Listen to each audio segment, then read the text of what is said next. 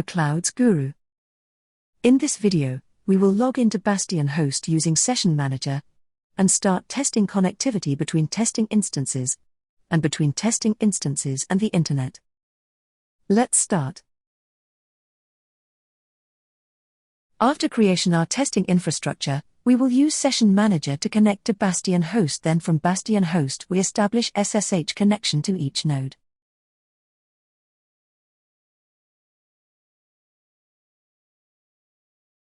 First testing will check connectivity between all instances. From test instance 2, I will ping to test instance 1 and 3. Now for our step 3. Include establish SSH session to test instance 1. Then ping to the Internet using IPv6 address. Moving on to our step 4. Include establish SSH session to test instance 2. Then try to ping to the Internet using IPv6 address. And after unsuccessful attempt, we will add to route table default route pointing to Internet Getaway for private subnet A and B. And then ping again to the Internet from test host. This step also include ping to the test instance 2 from the Internet. We are now at step 5. That shows after changing default route from Internet Getaway to Egress only Internet Getaway, we can ping to the Internet from test host 2 without any problems. Now after which, lastly, we have step 6 showing after changing default route table in private subnets. We can't reach test instance 2 from the Internet.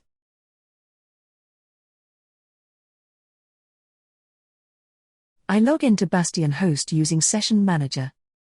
Double-check IP address configuration. Then check connectivity between Bastion host and test instance 1 by ping 6, but first we need to find IPv6 address of test instance 1.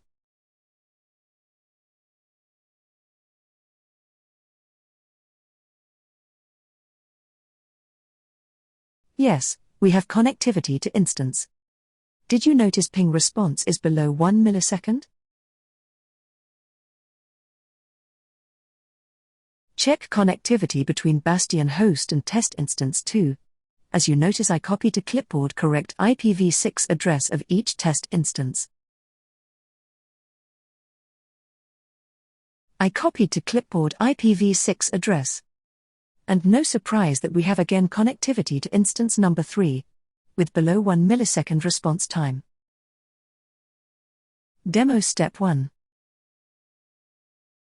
Step 1 of our demo is test SSH connection from Bastion host to test instance 1, 2 and 3. I established already connection to Bastion host using Session Manager. Let's now connect to first host in public subnet using SSH. Okay, we are now in. Let's double check IPv6 addresses of the instance. Then terminate connection.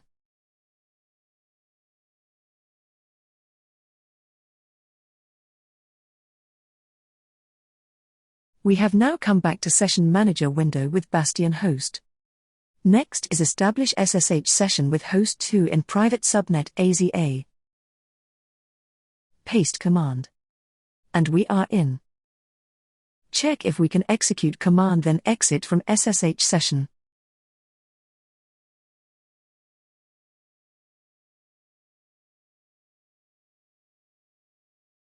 We are back to Bastion host. Last is establish SSH session with host number 3. Paste correct SSH command and we are there. Successfully we have connected to host number 3.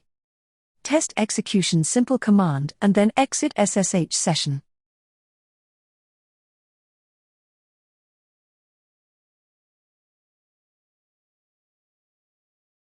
Demo Step 2. Step 2 of our demo is to establish SSH session with test instance 2 in private subnet AZ, and then check connectivity between test instances. We still have to establish Session Manager session with Bastion host. Let's do SSH to host 2. Then execute correct command.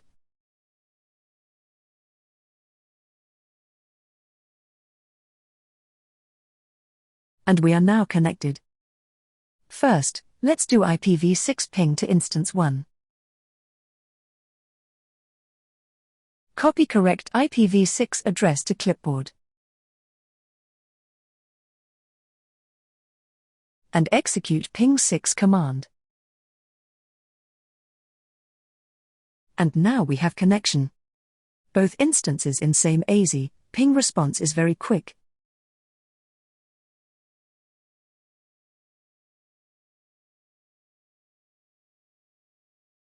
Again, copy to clipboard correct IPv6 address of host 3 in AZB.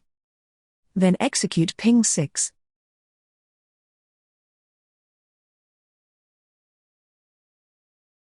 So there you go. We have connection to test instance number 3. As instances between two different AZs ping return traffic is slightly longer. Demo Step 3.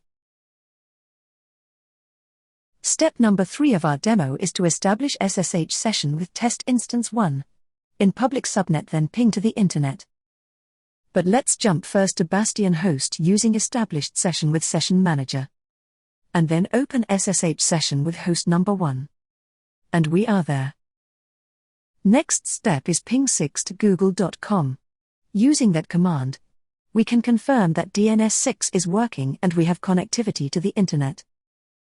Oh sorry, we have no internet connection. Do you know why? I executed the wrong SSH command.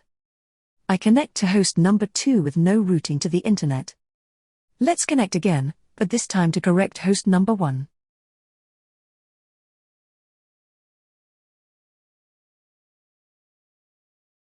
Okay, we are there. Let's ping one time more to google.com using IPv6 ping.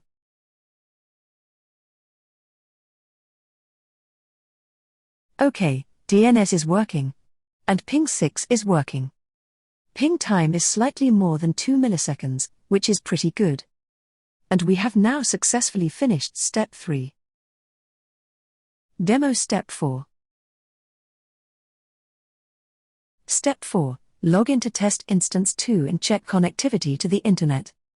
We have added a default route to the route table, which is pointing to the internet getaway in this scenario, meaning to say we have temporarily made the private subnet public. But this is just a temporary change. Let's SSH to test host 2. As usual, test execution simple network command. Then ping6 to Google.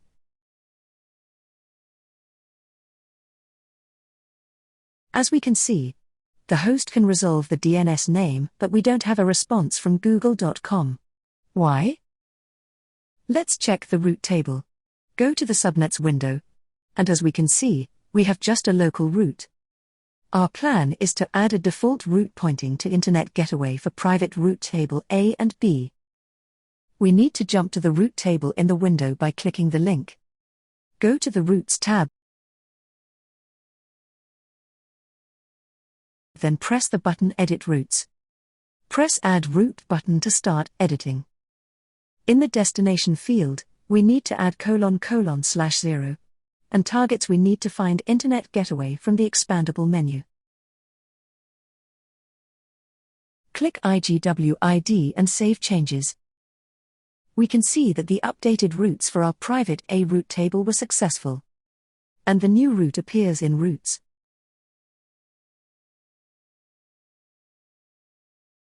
Let's find a private route table B. I usually find an interesting route table from the subnet window.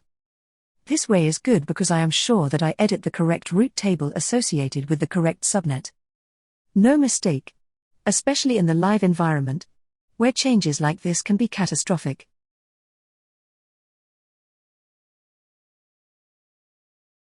Go to private route table B.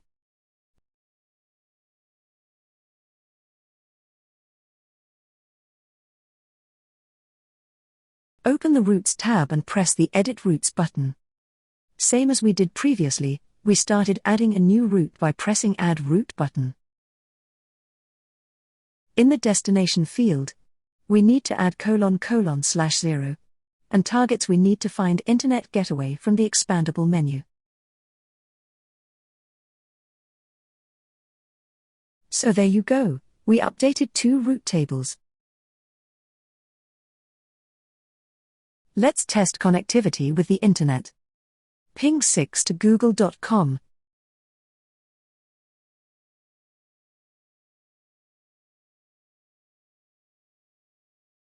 And we have a response.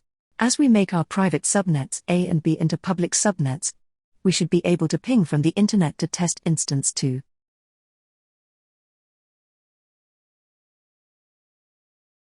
And we have a response.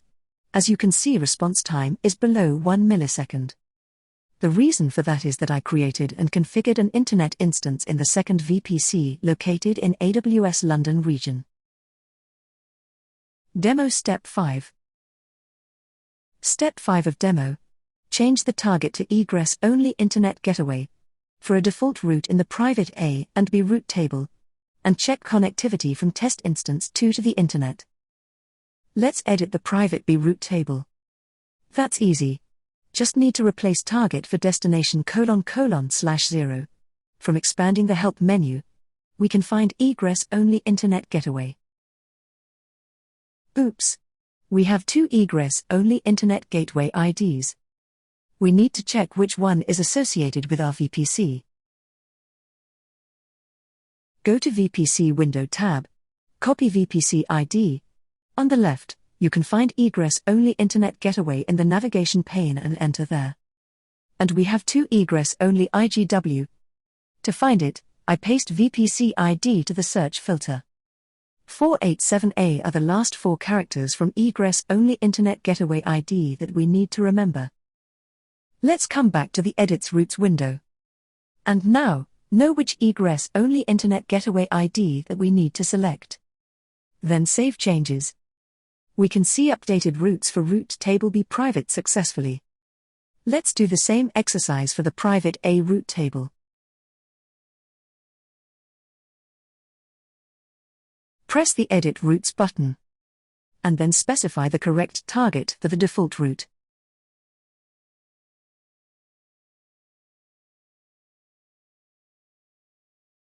Save changes. And there you go. We make again private our private subnets A and B.